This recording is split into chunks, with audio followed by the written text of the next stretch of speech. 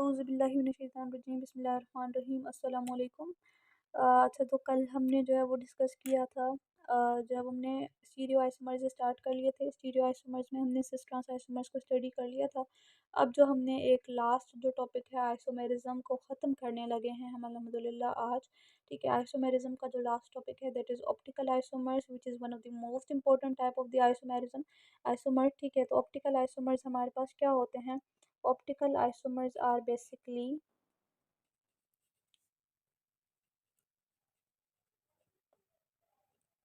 ठीक है।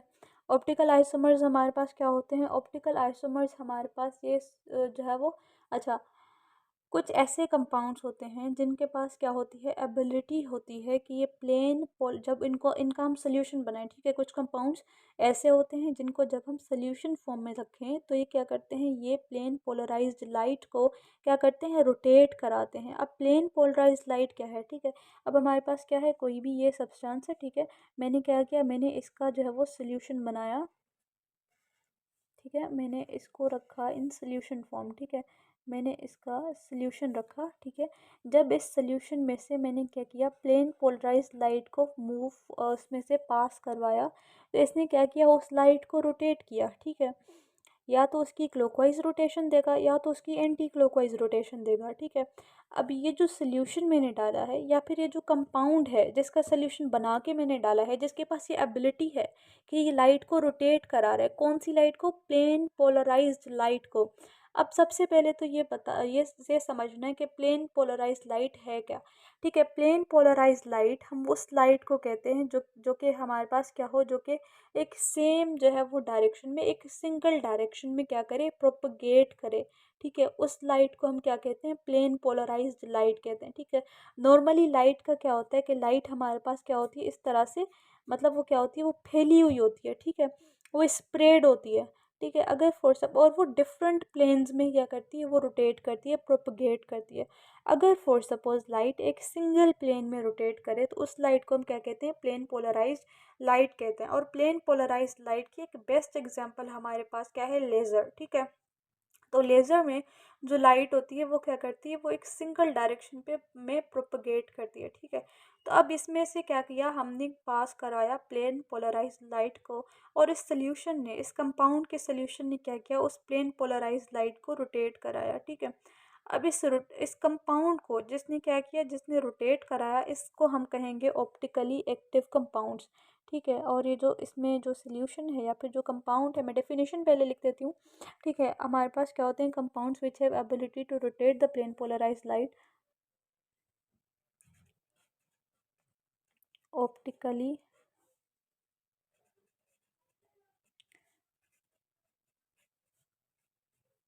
Active compounds. ठीक है, कहते हैं compound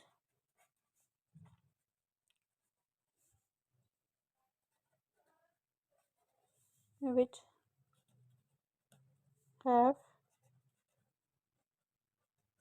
ability to rotate the plane polarized light are called optically active compounds. ठीक है, तो ऐसे कंपाउंड्स जिनके पास क्या हो, एबिलिटी हो to rotate the plane polarised light, ऐसे कंपाउंड्स को कहा जाता है ऑप्टिकली एक्टिव कंपाउंड्स। ठीक है, अब इनके हमारे पास क्या होते हैं, आइसोमर्स होते हैं। ठीक है, अब ये जो अच्छा कंपाउंड्स जो कि क्या करते हैं, रोटेट करते हैं, इन्हें कहेंगे optically active compounds. And the phenomena जिसमें क्या होता है, हमारे पास लाइट रोटेट करती है किसी भी ऑप्टिकली एक्टिव कंपाउंड में से, इस फिनोमेना को कहा जाता है rotation of the light. And the rotation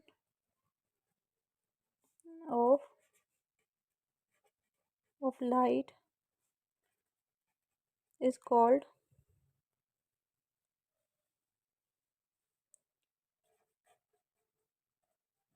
optical activity. ठीक है, और जो रोटेशन होती है लाइट की, इसे हम कहते हैं ऑप्टिकल एक्टिविटी। ठीक है, अब इसी में हमारे पास क्या होते हैं, आइसोमर्स बनते हैं। ठीक है, आइसोमर्स कैसे बनेंगे, हमारे पास क्या होता है, हमारे पास होता ही है कि रोटेशन दो तरह की होगी।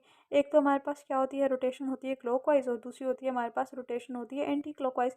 ठीक है, अभी आइसोमर्स ही होंगे जो क्लॉकवाइज एक रोटेशन देगा और एक दूसरा हमारे पास क्या होगा, एंटी क्लॉकवाइज रोटेशन देगा। अब हमें कैसे पता लगे कि हमारे पास कौन सा कंपाउंड ऑप्टिकली एक्टिव है और कौन सा कंपाउंड ऑप्टिकली एक्टिव नहीं है और ऑप्टिकली इनएक्टिव है। ठीक है, तो कंपाउंड्स जो कि ऑप्टिकली एक्टिव होते हैं इनके पास क्या होता है, इनके पास होता है कायरल कार्बन। ठीक है, अब व्हाट इज कायरल कार्बन। ठीक है, compounds which are optically active, अच्छा optically active compounds have chiral carbon. And chiral carbon हमारे पास क्या है, कायरल कार्बन वो कार्बन जो कि 4 डिफरेंट ग्रुप्स के साथ अटैच्ड हो या 4 डिफरेंट एटम्स के साथ अटैच्ड हो, उस कार्बन को कहा जाता है कायरल कार्बन। ठीक है, अब ये मेरे पास ये कार्बन है। ठीक है, ये यहाँ पे ए के साथ अटैच्ड है, B C and D. So this carbon is said to be chiral carbon, क्योंकि क्या है, ये 4 डिफरेंट ग्रुप्स के साथ अटैच्ड है, 4 डिफरेंट एटम्स के साथ क्या है, अटैच्ड है। तो इस वजह से इस कार्बन को हम कहेंगे कायरल कार्बन। ठीक है, किसी भी जो है वो कंपाउंड के पास अगर कायरल कार्बन हो तो उसके पास क्या होगी, कुछ ना कुछ ऑप्टिकल एक्टिविटी होगी और वो क्या करेगा, वो ऑप्टिकल आइसोमेरिज्म को शो करेगा। ठीक है, अब इसमें एक एग्जांपल हमारे पास क्या है ऑप्टिकल आइसोमेरिज्म की। अच्छा, लैक्टिक एसिड क्या करता है, ऑप्टिकल आइसोमेरिज्म को शो करता है। अब इसमें सबसे पहले मैं आपको समझाती हूँ इसका स्ट्रक्चर।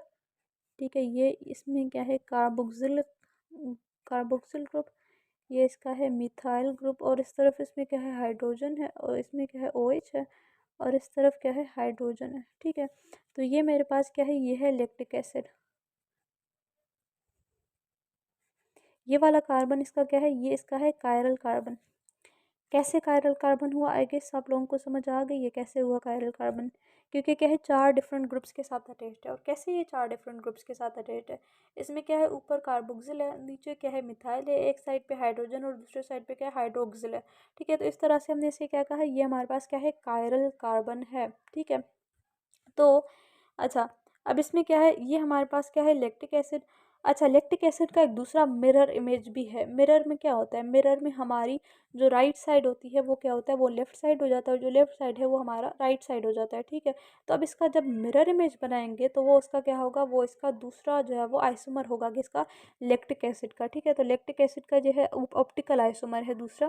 क्योंकि ऑप्टिकल आइसोमर क्यों, क्योंकि दोनों में ऑप्टिकल एक्टिविटी है। ठीक है, तो इसमें क्या है, ये ऊपर इसमें वैसे ही कार्बोक्सिल, नीचे क्या है, मिथाइल है, लेकिन इसका जो हाइड्रोक्सिल है वो इस साइड पे आ गया, और इसका है जो हाइड्रोजन है वो उस साइड पे आ गया। ठीक है, ये भी लैक्टिक एसिड है, ये भी लैक्टिक एसिड है, this is the mirror image of the lactic acid. और ये हमारे पास क्या है, ये जो लैक्टिक एसिड है ये क्या करता है, ये हमारे पास होता है डेक्स्ट्रो रोटेटरी,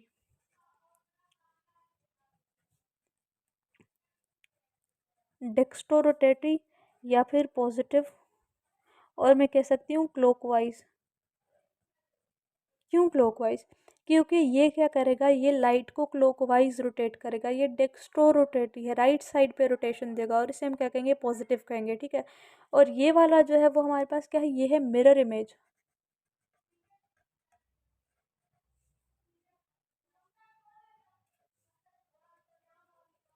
मिरर इमेज, ठीक है, और ये क्या होता है, ये हमारे पास होता है लेवो रोटेटरी, नेगेटिव, और ये हमारे पास क्या होता है, एंटी क्लॉकवाइज जो है वो रोटेशन देता है। ठीक है, अच्छा, ये हो गई हमारे पास लैक्टिक एसिड, इसके पास भी कायरल कार्बन, इसके पास भी हमारे पास क्या है, ये कायरल कार्बन है। और हमने ये चीज़ डिस्कस कर ली कि एक हमारे पास क्या है, डेक्स्ट्रो रोटेटरी है, और दूसरा हमारे पास क्या है, लेवो रोटेटरी है। ठीक है, अच्छा, इसको हम कहते हैं डी फॉर्म, इसको हम कहते हैं L form.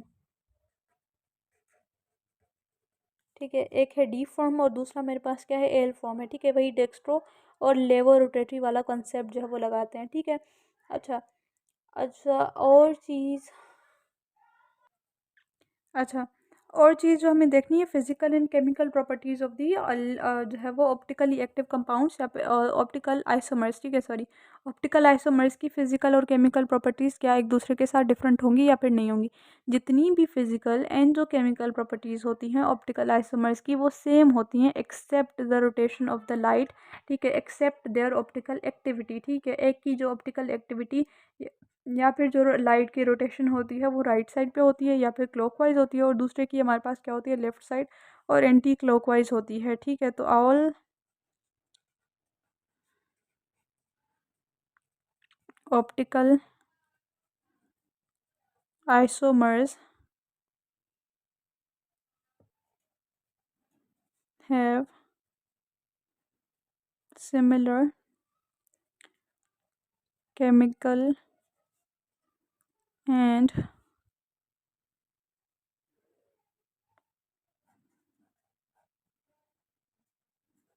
physical properties except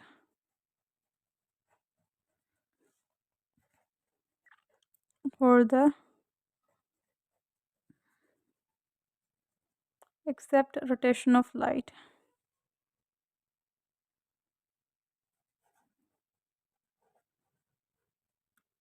ठीक है। लाइट की रोटेशन के अलावा इनकी जितनी भी फिजिकल और जो केमिकल प्रॉपर्टीज़ हैं वो क्या होती हैं, वो सिमिलर होती हैं, ठीक है। तो ये हमारे पास क्या है, ये है ऑप्टिकल आइसोमर्स, ठीक है। किसी भी कंपाउंड के कितने ऑप्टिकल आइसोमर्स पॉसिबल हैं, इस चीज़ को फाइंड आउट करने के लिए हमारे पास क्या है, एक फॉर्मूला है जो कि हमें याद होना चाहिए कि नंबर ऑफ ऑप्टिकल आइसोमर्स कैसे पता चलेगा, is equals to 2 power n, ठीक है। 2 पावर n, n का मतलब होता है, n is for number of the chiral carbon, n is equals to number of chiral carbon. कितने कायरल कार्बन प्रेजेंट हैं, उस कायरल कार्बन के बिहाफ पे हम ये चीज़ फाइंड आउट कर सकते हैं कि कितने ऑप्टिकल आइसोमर्स पॉसिबल हैं, ठीक है। अब मेरे पास जो लैक्टिक एसिड था इसमें एक ही कायरल कार्बन था, अब अगर फॉर सपोज 2 पावर 1 करूँ तो मेरे पास आ गया 2, ठीक है। तो ऑप्टिकल आइसोमर्स कितने हुए लैक्टिक एसिड के, दो थे, एक था उसका एल फॉर्म था और दूसरा इसका था हमारे पास डी फॉर्म था, ठीक है। तो इस तरह से हमारे पास number of the optical isomers आ जाते हैं किसी भी कंपाउंड के, किसी भी ऑप्टिकली एक्टिव कंपाउंड के, on the basis of their chiral carbon, number of their chiral carbon, ठीक है। अच्छा, एक दूसरी चीज़ जो हमें देखनी है वो है हमारे पास रेसिमिक मिक्सचर क्या होता है।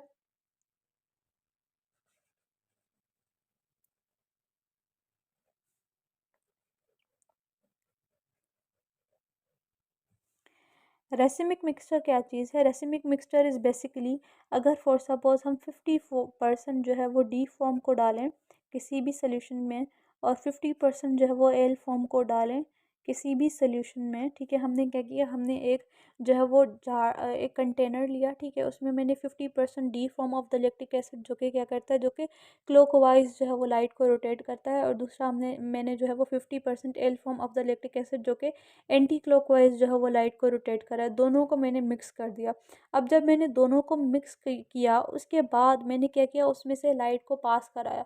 अब आप लोग खुद बताएं, जब 50% डी फॉर्म है और 50% एल फॉर्म है तो क्या लाइट वो रोटेट करेगी, वो लाइट बिल्कुल भी रोटेट नहीं करेगी। क्यों नहीं करेगी रोटेट, क्योंकि इसमें एक जो है वो ऐसी पॉपुलेशन है मॉलिक्यूल्स की जो कि उसको राइट साइड पे यानी कि क्लॉकवाइज रोटेट करा रही है, और दूसरे उसमें इस तरह के मॉलिक्यूल्स हैं जो कि उसको एंटी क्लॉकवाइज जो है वो रोटेट करा रहे हैं। जब ये चीज़ होगी तो ओवरऑल तो वो लाइट बिल्कुल भी रोटेट नहीं करेगी, क्योंकि उसमें दो इक्वल एंड अपोजिट जो है वो क्या है हमारे पास, जो है वो फोर्सेस, सिंपली हम कह सकते हैं कि दो इक्वल एंड अपोजिट फोर्सेस उस लाइट पे लग रही हैं, ठीक है। तो इस तरह का मिक्सचर जिसमें 50% एल फॉर्म हो एंड 50% डी फॉर्म हो, उसे हम कहेंगे racemic mixture, and it is optically inactive, ठीक है। Equimolar mixture of the equimolar mixture of positive and the negative form is called the racemic mixture and it is optically inactive, ठीक है। मैं लिख देती हूँ,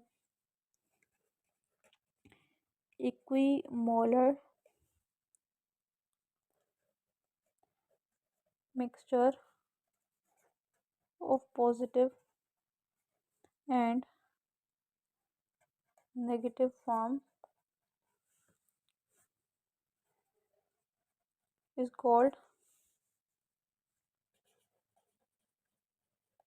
racemic mixture and it is optically inactive। ठीक है, जो रेसिमिक मिक्सचर है वो क्या होता है, वो ऑप्टिकली इनएक्टिव होता है। ठीक है। अच्छा, अगर फॉर सपोज मैंने क्या लिया, मैंने 60% डी फॉर्म लिया और 40% एल फॉर्म लिया, तो फिर यह मेरे पास रेसिमिक मिक्सचर नहीं होगा। क्यों रेसिमिक मिक्सचर नहीं होगा? क्योंकि रेसिमिक मिक्सचर की डेफिनेशन क्या है? डेफिनेशन है कि 50% एल फॉर्म हो और 50% डी फॉर्म हो, यानी कि इक्वी मोलर हो, यानी कि सेम कॉन्सेंट्रेशन हो दोनों चीज़ों की, तभी हम उसको रेसिमिक मिक्सचर कहेंगे। ठीक है। जब इक्वी मोलर नहीं है तो फिर मेरे पास रेसिमिक मिक्सचर तो वो होगा ही नहीं। ठीक है। तो इस तरह से अगर 60% डी फॉर्म है तो वो क्या करेगा, वो डेक्स्ट्रो रोटेशन करेगा, क्लॉकवाइज रोटेशन करेगा राइट की लाइट की। अगर एल फॉर्म ज़्यादा हुआ तो वो क्या करेगा, वो लेफ्ट साइड या फिर वो एंटी क्लॉकवाइज रोटेशन करा देगा लाइट की। ठीक है। अच्छा, तो हम अभी जो है वो कवर कर रहे थे एनेंशियोमर्स। ठीक है। तो एनेंशियोमर्स बेसिकली हमारे पास क्या होते हैं? एनेंशियोमर्स हम कहते हैं कि हमारे पास क्या होते हैं, वो जो है वो ऑप्टिकल आइसोमर्स जो कि एक दूसरे के मिरर इमेजेस हों, लेकिन they are not super impossible. ठीक है, मिरर इमेजेस हों लेकिन सुपर इम्पॉसिबल ना हो। ठीक है, किस तरह से? अगर फॉर सपोज आप अपने दोनों हाथों को ही देख लें, एक हमारे पास राइट और दूसरा क्या है, लेफ्ट है, दोनों क्या है, एक दूसरे के मिरर इमेजेस हैं। लेकिन अगर आप उनको बिल्कुल पैरेलल एक दूसरे के ऊपर जो है वो रखेंगे, तो वो हमारे पास क्या होते हैं, नॉन सुपर इम्पोजिबल नहीं होते, मतलब वो एक दूसरे के ऊपर सुपर इम्पोज नहीं होते। हमेशा कभी भी जो मिरर इमेजेस हैं वो क्या होंगी, वो एक दूसरे के ऊपर जब सुपर इम्पोज ना हो, और हों भी मिरर इमेजेस लेकिन सुपर इम्पोज ना हो, तो उन्हें हम कहेंगे, उन्हें हम कहते हैं एनेंशियोमर्स। ठीक है। डी और L form of the lactic acid भी हमारे पास क्या थे, वो थे एनेंशियोमर्स। ठीक है। अच्छा, अभी हमने क्या करना है, अभी हम जो है वो एक एग्जांपल और देखेंगे which is of the tartaric acid. Tartaric acid भी हमारे पास क्या है, ऑप्टिकली एक्टिव कंपाउंड है। ठीक है। और इसकी हमारे पास क्या है, ऑप्टिकल आइसोमर्स प्रेजेंट हैं। ठीक है। तो अब हम देखेंगे, ये हमारे पास है टार्ट्रिक एसिड।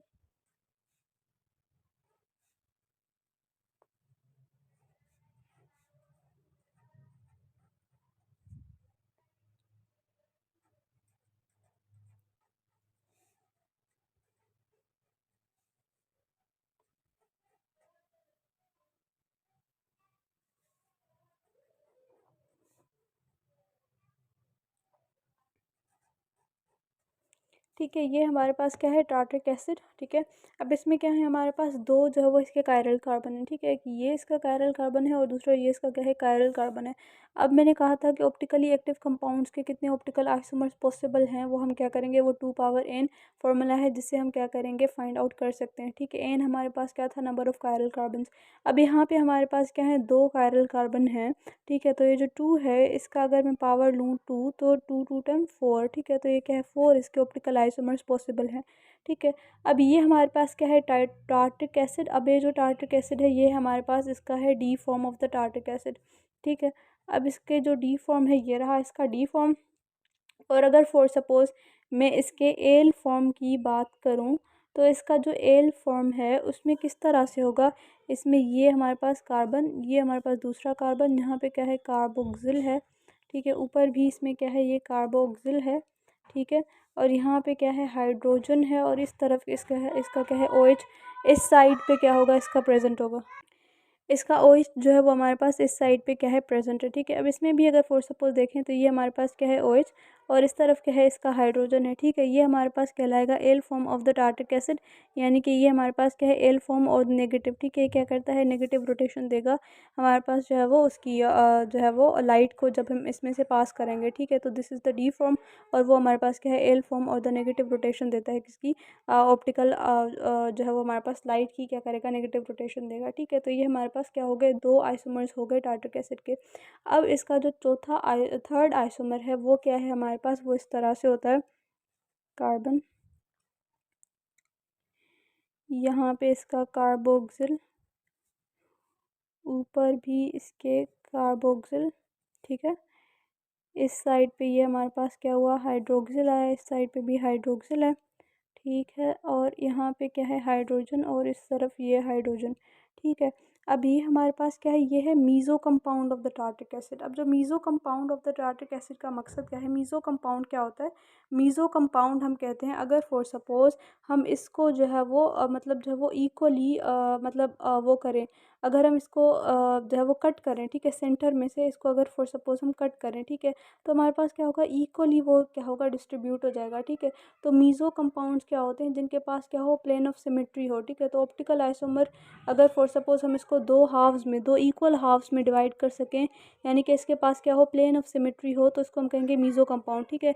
ये हमारे पास क्या है, ये है मीज़ो कंपाउंड, क्योंकि अगर फॉर सपोज़ हम इसको डिवाइड करने की कोशिश करें तो हम इसको इस तरह से जो वो डिवाइड कर सकते हैं, ठीक है। इस पे इसके पास क्या है, ये इसकी प्लेन ऑफ सिमेट्री है, ठीक है। अब जब मैंने इसको डिवाइड किया तो बिल्कुल इक्वल ही डिवाइड हो जाएगा, ठीक है। एक ही साइड पे इसके हाइड्रोक्सिल हैं और एक ही साइड पे इस पे क्या है, हाइड्रोजन जो है वो प्रेजेंट है, ठीक है। तो इस तरह से हम इसे क्या कहेंगे, meso compound of the tartaric acid. तो मीज़ो कंपाउंड की डेफिनेशन क्या है, this is the meso compound,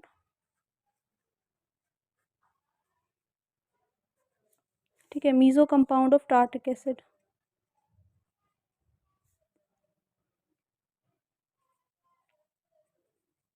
Mizo compound of tartaric acid, ठीक है। अगर फॉर सपोज मैं डेफिनेशन देखूँ मीज़ो कंपाउंड की, तो मीज़ो कंपाउंड हमारे पास क्या होते हैं,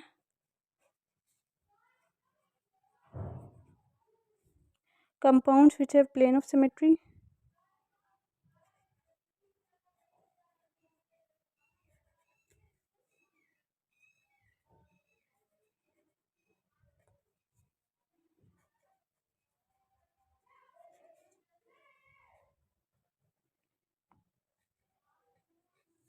compounds which have plane of symmetry and can be equally divided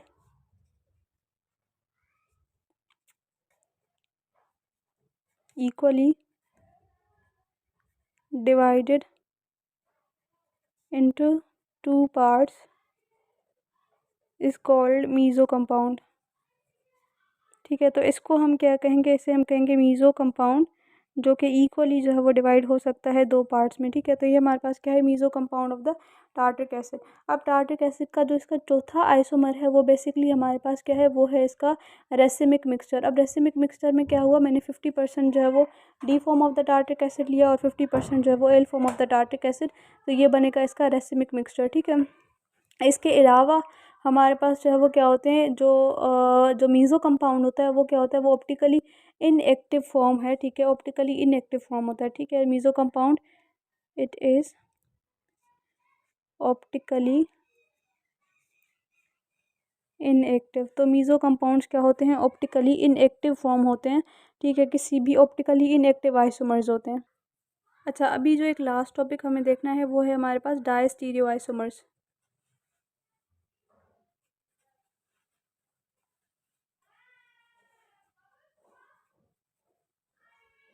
ठीक है, जो डायस्टीरियो आइसोमर्स होते हैं वो क्या होते हैं हमारे पास, नॉन सुपर इम्पोजिबल